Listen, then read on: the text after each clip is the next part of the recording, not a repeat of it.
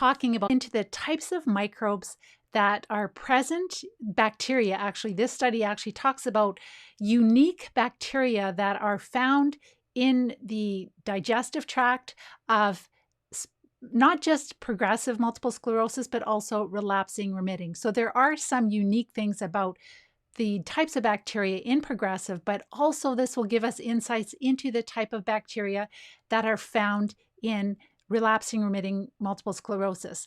This is so important because this really confirms, it adds more evidence to the case that multiple sclerosis is an infectious disease.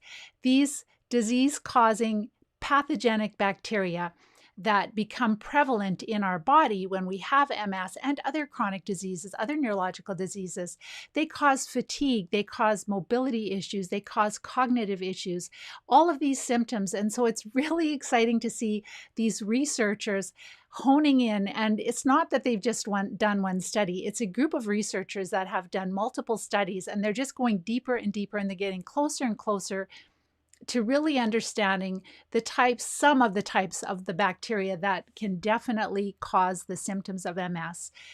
So we know that the microbiome, there are hundreds of thousands of different microbes that live inside of us, and there are bacteria, there are fungi, there are parasites, big and small, there's all kinds of different microbes. So even trying to figure out which bacteria are making us sick, then it's a real challenge. So it's amazing what they have found. I'm just going to check here. I see that the,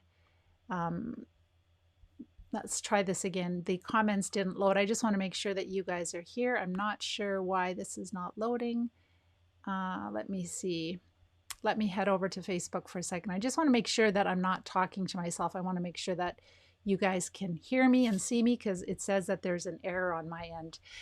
So I love sharing this information. This is a 2021 study, so it's just from April this year, just a few months hot off the press, and it's really good. Okay, I'm there. So hopefully I will see the comments soon, but please share your comments if you find this really exciting and really interesting. Hopefully I will see them. If I don't see them here, I'll check them over on Facebook and YouTube. We're live. So the title of the study, it is called Gut Microbiome in Progressive Multiple Sclerosis. And this is a research review that I'm going to be discussing with you. So in the study, they looked at controls. So the controls are always people that don't have multiple sclerosis in this case. So they would be healthy people. We'll call them HC for healthy controls, just so we know what we're talking about. And then they're comparing the healthy controls, the healthy people, to people that have relapsing remitting multiple sclerosis or people that have progressive multiple sclerosis. So in this study, they grouped primary and secondary progressive together, just so you know that. So this would be true for primary and secondary progressive. And another thing that I just wanted to mention is that they did control for things like body mass index, sex, gender, race, ethnicity, oh my gosh, I can't, different ethnic groups. Okay, sorry, I'm tongue-tied there. And then also another thing that I wanted to mention is that for some of you that maybe you are just thinking that you might have MS, or you were just diagnosed with MS, and maybe you haven't filled out this score yet, but it's called the Expanded Disability Status Scale. It's the EDSS. So every time I say the EDSS, I'm talking about an assessment tool that they use to measure disability in multiple sclerosis. And that's really important because very often when they find certain bacteria, they find that people have not a good score. So you want to have a low score with this tool. And it's used a lot in clinical trials too. So we're going to look at, and the last thing I wanted to mention before I go into the findings is that we need to talk about parasites, because I do talk about parasites a lot. So a parasite is anything that lives in us and causes us harm. So it's using our nutrition, it's causing an immune response, it's causing inflammation. Oh, good, you guys are showing up here now. I don't know why. Technology, sometimes there's errors, but it's working now. So these bacteria that are causing us harm, they are not health-promoting microbes. They are disease-causing microbes. Sometimes they're present in very small numbers if we have a healthy ecosystem. But if you've been following any of my work, you've learned that I've talked a lot about the gut microbiome and changes in it and how it changes and what these different microbes can cause as far as symptoms. So this study that I'm going to review, it really confirms a lot of what we talk about. Great. Okay, you guys are showing up now. So number one is that these bacteria, just be aware that they are parasites. So the first thing I just wanted to mention is that what they found is that half of the changes or the differences in the bacteria that they found were unique in progressive MS patients versus the healthy people. So most of the changes they found were they found changes or differences between the relapsing remitting MS and healthy people, but they found more differences in the bacteria when they compared the progressive MS, that is primary and secondary, and they compared that to healthy people. So, and that makes sense too, because the sicker we are, the more out of balance we are, the more infested we are with various types of microbes. And please bear in mind that we're learning about the microbiome, and this is a very heavily researched field. So there are many bacteria that they're identifying and they're learning about, and they're figuring out if they're disease causing or health promoting. So it's amazing the work that they're doing, and I just really want to give them credit for what they're doing. They found, in particular, they found 2 bacteria that were altered. So they were changed, that the amount of them was different in both types of MS. So the relapsing remitting and the progressive MS, but they were present in higher numbers in the progressive, so primary and secondary progressive. So 2 in particular were present in not usual numbers in both types of MS. One of them, and these are going to be really fun words to say here, but one type of bacteria is called Erysipelotrichacea, CMM. So I'll only say that once. You can read the study. Again, the study, I'll just give you the name of it if you're just joining us. It is called Gut Microbiome in Progressive Multiple Sclerosis. Gut Microbiome in Progressive Multiple Sclerosis. And it's an April 2021 study. And I'll put a link of this study in the notes or in the feed of this video too. So this specific bacteria, which is the ECCMM bacteria, it was decreased. They found lower population in relapsing remitting versus the healthy control people, so people that weren't sick. So they found less numbers of this bacteria in the MS people than in healthy people, but they found even more or even a greater decrease in this particular bacteria in people that have progressive. So it's almost like the sicker we are, this bacteria becomes less and less prevalent in our body. And it's considered to be a health promoting microbe. So it has a beneficial role for our health. It's associated with better mobility and better cognitive function and lower EDSS score. So that's the assessment tool that they use, that the experts use in clinical trials and also our neurologists to monitor our disability. So this health promoting bacteria, it is found less in relapsing remitting and even less in progressive MS. And again, it is we want it. It's a health promoting microbe, and it's beneficial for cognitive function and mobility, and also a lower disability score and less fatigue too. The second bacteria that they found, it's increased in relapsing remitting versus healthy people, but it's increased even more in progressive multiple sclerosis than in healthy people. Again, this all makes sense. So this actually is a bacteria that causes harm, and it's the genus, they just have R. I didn't look up the full genus name, but it's R, and then it's Lactate iformans. Lactate iformans. So it's a bacteria that is in higher numbers in relapsing and remitting versus healthy people, but it's also found more prevalent, even more so in progressive. And again, plays a harmful role. So it is not our friend. It is one of the bad guys. It's associated with a higher EDSS score and decreased mobility in legs. It also produces lactate, and lactate is thought to contribute to disease progression in multiple sclerosis by contributing to mitochondrial dysfunction. So maybe if you've worked with Dr. Terry Walls or a lot of functional medicine doctors, that's functional medicine. They talk a lot about mitochondrial dysfunction.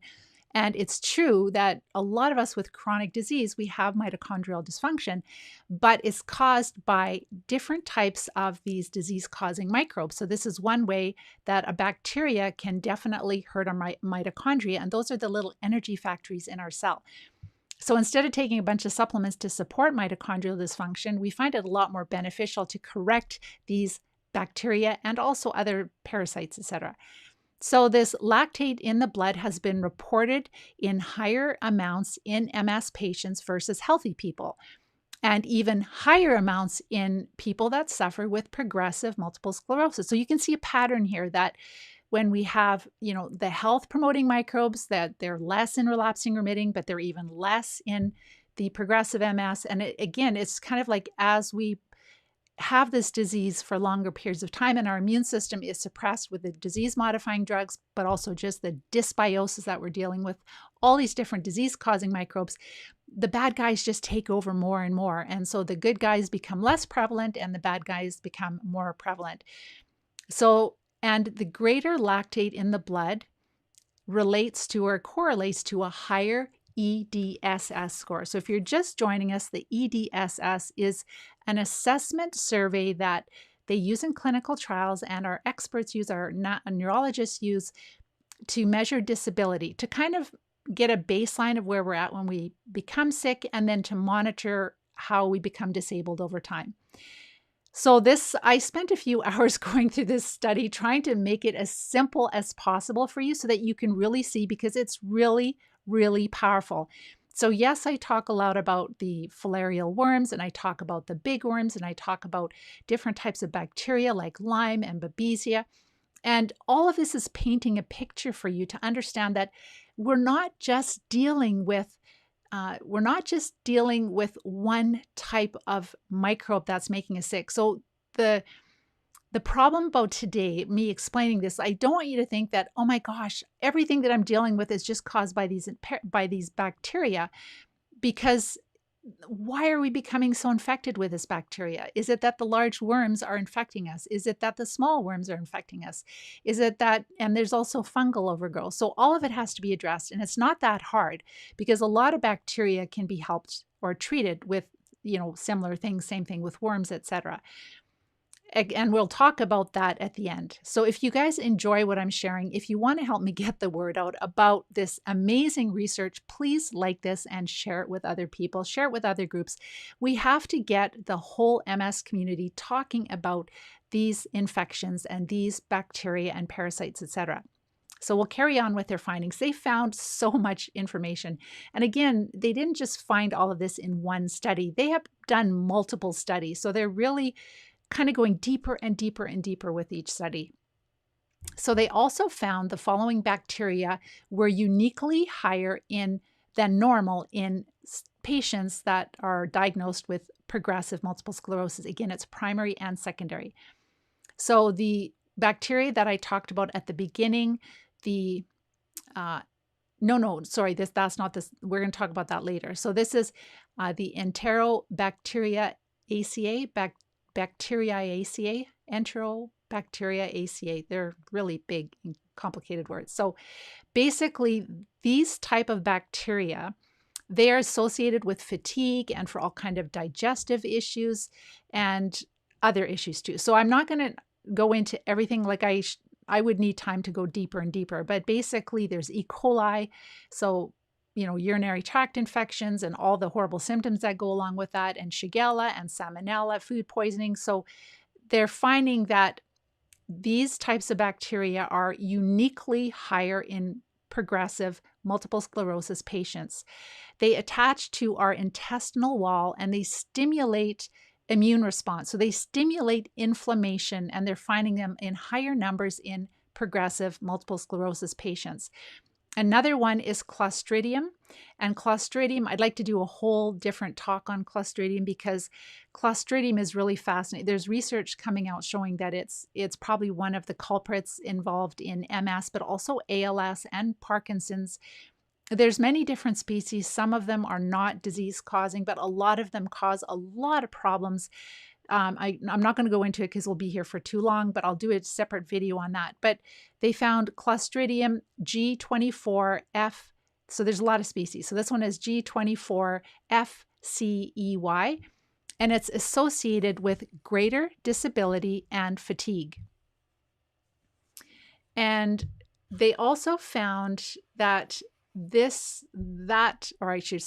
Clostridium species that I just mentioned is closely related to another Clostridia that they found, which was in higher numbers in both relapsing, remitting, and progressive multiple sclerosis, and that is Clostridium boultiae. And that one, we're going to talk a little bit more about that, but that is also linked with children and adults that have autism. And so it can really impact us in a lot of different, Clostridia can be really nasty. They produce very significant toxins. They can affect our mood. They can affect disease progression in many different ways.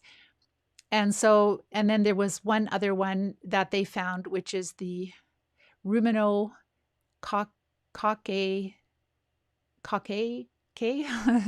FJ366134. And it was also uniquely elevated in the progressive multiple sclerosis patients. And I didn't see anything about that one, like I need to look more into, because some of these are recently discovered. And so some of them, they have more of a history. They kind of say, well, we find them often, with people that have certain diseases, but I didn't see that they listed, but they find it more commonly in the progressive MS. So that's something we can research further. They also found bacteria that were uniquely decreased in progressive multiple sclerosis. So this is the Agathobaculum, and it's DQ795333. So in this bacteria, so this one was found decreased. It's extremely similar to another species which is known to produce butyrate. And so I'm going to keep it really simple. Basically, this bacteria produces a substance that modulates our immune system. So it's a good guy and we want it. And so they have found that there's less of this bacteria in us. So the reason that they're studying bacteria is because they play such a huge role in our health. In my masterclass training, I talk about how they digest our food, they make medicine for us, they modulate our immune system, they impact gene expression, they do so many things. Again, this one bacteria modulates our immune system. And so we definitely want to have enough of it as a healthy person would. So several studies have showed decreased butyrate bacteria, or bacteria that produce butyrate, that are the modulators of our immune system, less of that bacteria in patients that have MS. And then there's another group of bacteria, and this is unclassified, so maybe they haven't classified all the different species. So the genus is Baltia, B-A-U-L-B, Blautia, B-L-A-U-T-I-A species.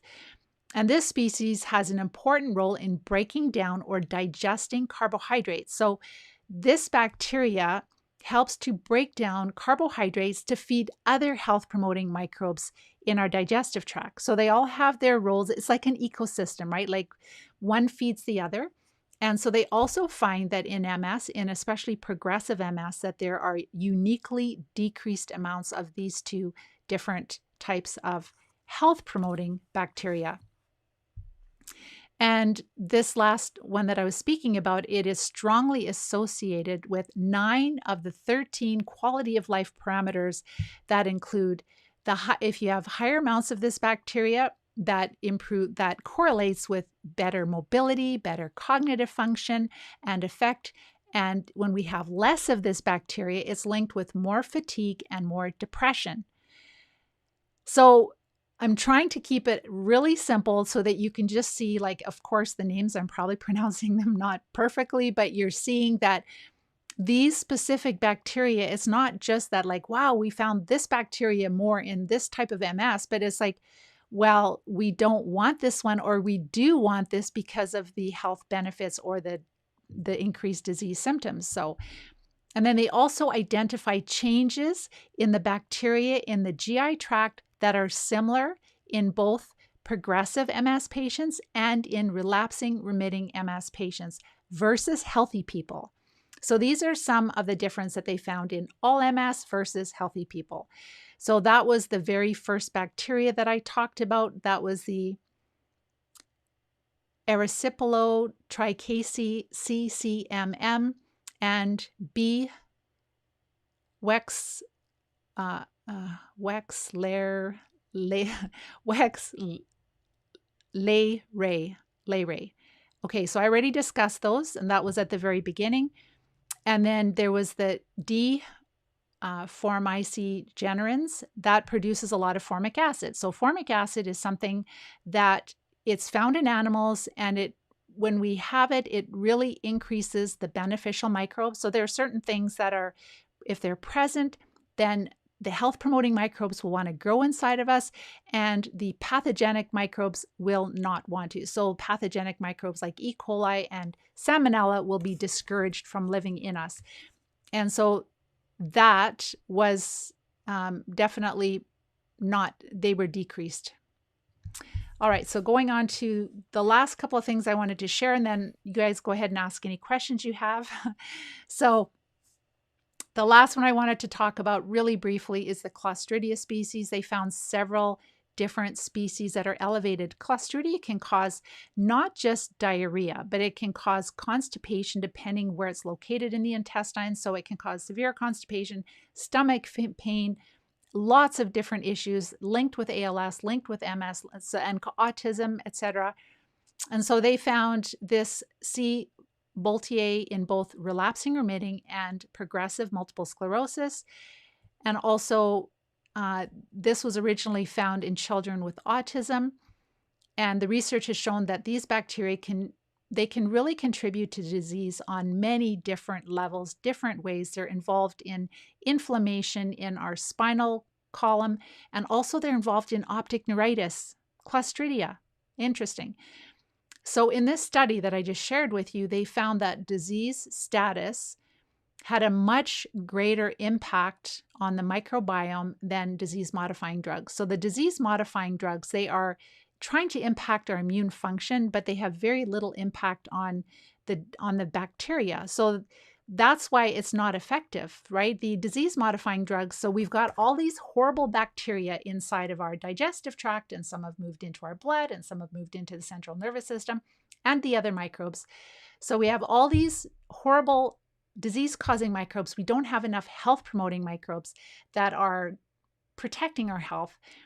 And then what we're doing is we're taking disease-modifying drugs that are suppressing our soldiers, and that's definitely not going to help. It's trying to hamper the war, trying to decrease the war, but if we don't treat the parasites and the different types of parasites, and I just shared with you a whole bunch of different bacteria that are out of balance, then we still become disabled, and we become disabled more quickly, I believe, because we have suppressed our immune system. The better option is to stop feeding these bacteria. They thrive on carbohydrates, so that is their primary food. Some of them can eat ketones, they can eat fat, but that's not their favorite food.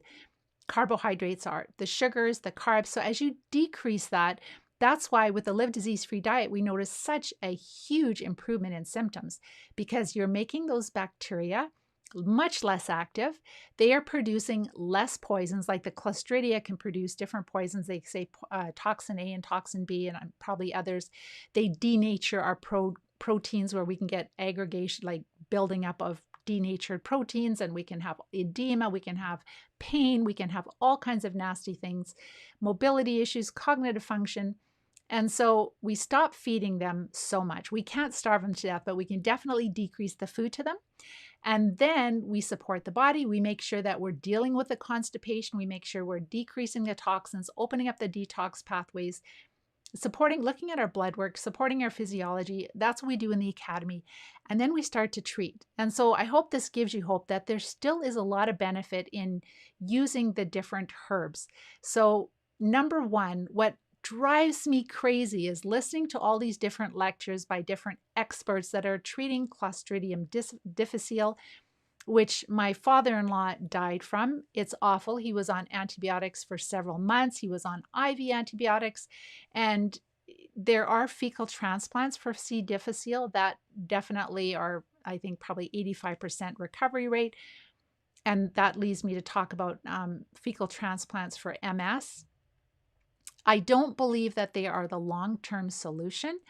You may notice some benefit from it, but the problem is that when you get the poop from someone else, you don't know what you're getting. They're trying to make sure that they screen for things like, different diseases. So they'll screen for obesity and all kinds of different diseases, but you don't know if you don't know what you're getting. So if I was dying of C. difficile, I would do a fecal transplant if my doctor would do that, or I'd find someone who would do that. But when you have MS, and I know because one of our students who's in Dr. Perlmutter's book, he did multiple fecal transplants. The first one helped a lot, and they helped, but then they don't last, right? It's kind of like seeding a weedy lawn. If your lawn is full of weeds and you put good grass seed down, it's probably not going to take really well.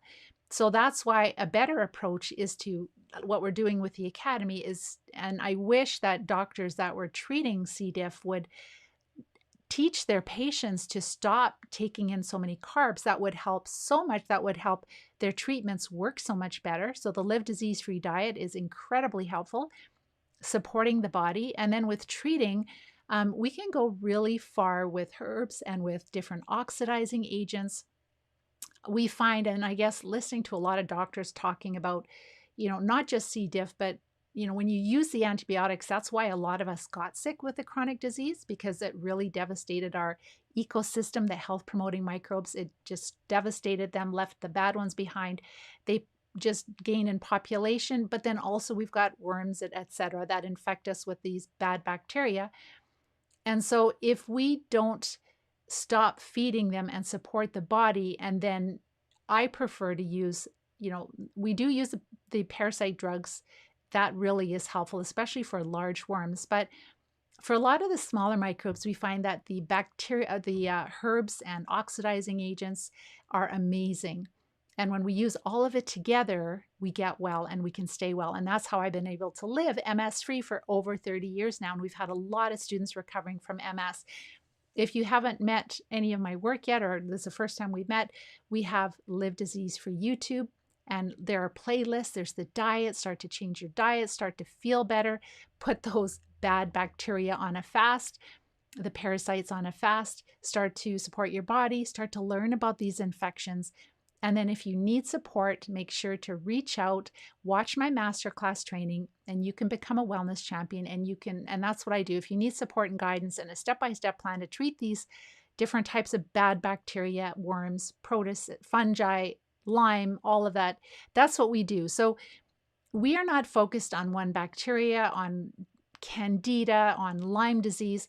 We know through the experience of hundreds of wellness champions recovering, and not just from MS, but other diseases like PLS and ALS and Parkinson's, that when we're really sick, we are in a state of severe dysbiosis. So we have a lot of these microbes. And so watch my videos, you'll start to learn about the different types of parasites that you need to treat. And when you treat them really well, it is shocking how good you feel. You feel so much younger. It's amazing. It's wonderful. I can attest to that. Okay, I'll see if you guys have any questions for me. So this is a really exciting research paper. I am just so impressed with the work that they've done. And I really hope you share this and share it with other people and get discussions going about the infections that are causing MS, because you guys are the ground troop, right? You guys, like, it isn't going to come from our healthcare system. It's only going to come from us. I'm doing my part. You guys do your part. Get some discussions going and share the research, share the study. It's a little technical. That's why I tried to simplify it for you. Okay, I don't know why it's cutting out. I am really sorry. What I will do is I will probably upload it. Not probably, I will upload it again for you. I'll check it to see if it is stuttering. It looks like that we have a bad connection. So Joanne, you're thinking Ocrevus is feeding the parasites. Ocrevus is chemotherapy. It is destroying your B cells. Your B cells are they're a division of your immune system. You need them. You need them to defend your body, to protect you from infection. So it's not feeding the parasites. What it's doing is it's decreasing the soldiers that you have to fight the parasites. So you're going to be more susceptible, not just to like the infections that are making you sick, but also to cancer and to other microbes that will cause other diseases. Hi, Naji. Hi, Michael.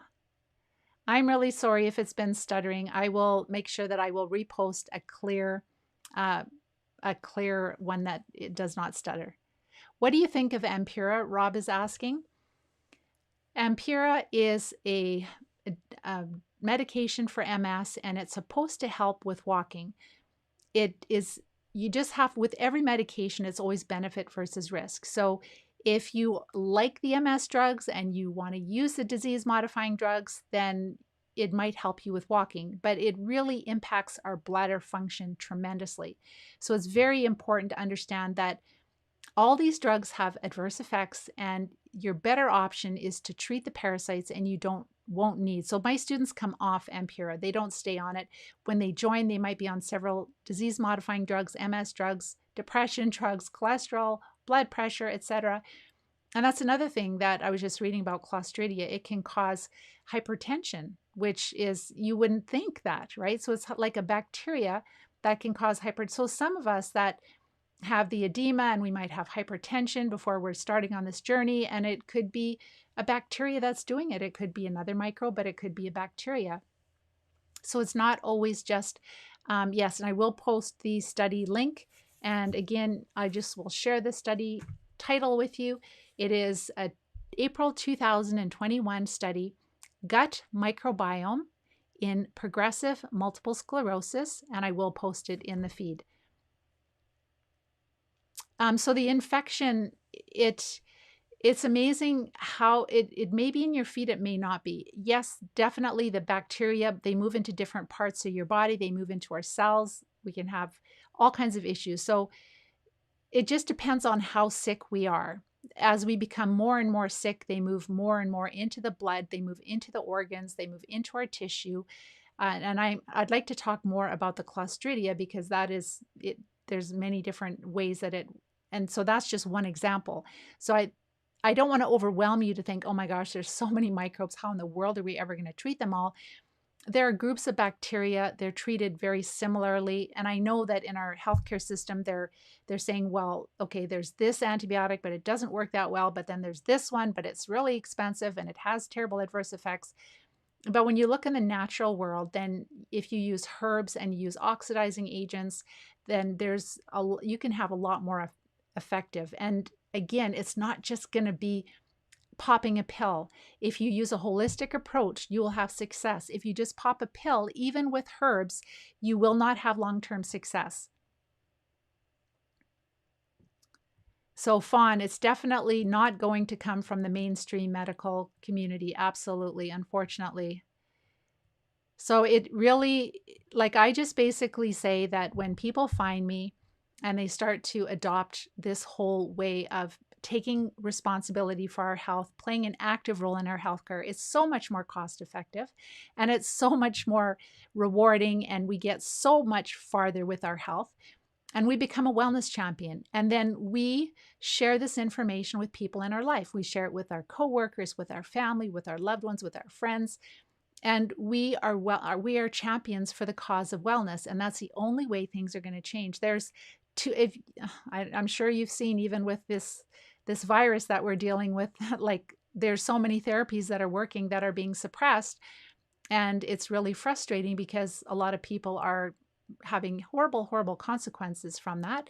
But that is the state of the world we live in. And so we have to take our health on ourselves. And when we do that, it's life-changing. And yes, I'm not sure how to pronounce your name, but MS can definitely cause heat sensitivities. But as you treat the parasites, you'll find that you can handle the heat again. Absolutely. We've had lots of students. How about Morgellons?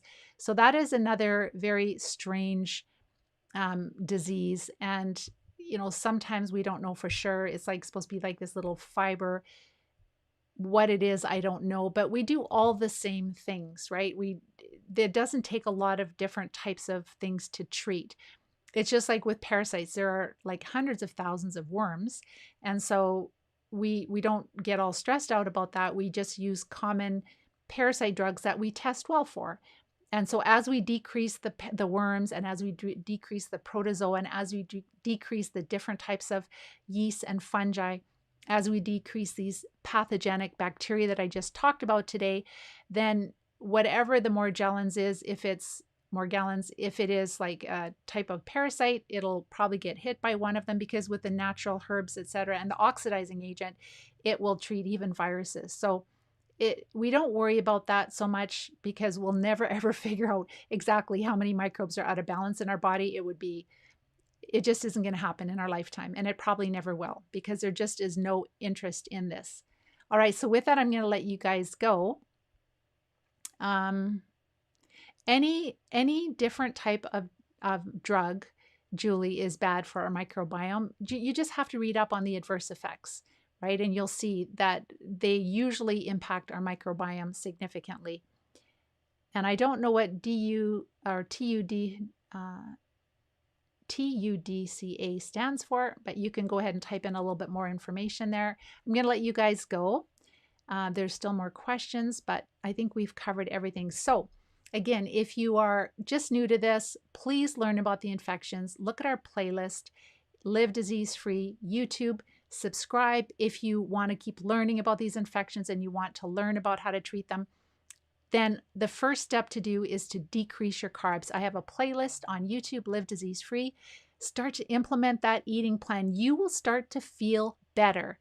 And that will really help your belief system. And that's really important. That's the first step for recovery. And then I've got other videos on what to do, like for supporting your body. You have to get ready to treat. You can't just pop a pill. You can't just pop a herb. You'll be very disappointed. But when you do those steps first, and then you start to treat, you'll have to work with someone, whether it's a functional medicine, whether it's naturopath, whether it's us. But then when you do start to treat, it's important to not just treat the parasites as far as the worms or the protists or the fungi or the Lyme disease, but consider that there's probably some nasty bacteria, as this study has shown us, that really needs to be knocked back, because very often they cause immune dysfunction. They overwhelm our immune system, and they need to be knocked back. We need to support our immune system. We do not need to take disease-modifying drugs that suppress our immune system. So with that, so Jen, just when you're at the place, if you need support from me, watch my masterclass training, how I have recovered from MS and a lot of other wellness champions. We have the Live Disease Free website too. You can go there. I've got a lot of studies that you can look at about the different types of infections, and you can just look at the abstracts so you kind of get an idea. You can look at Dr. Alan McDonald's work, where he's found little worms in the spinal fluid of every MS patient. And it really helps you to understand what you're dealing with, what you need to address, and gives you hope that there is a better way to treat multiple sclerosis. So with that, take care and bye-bye for now.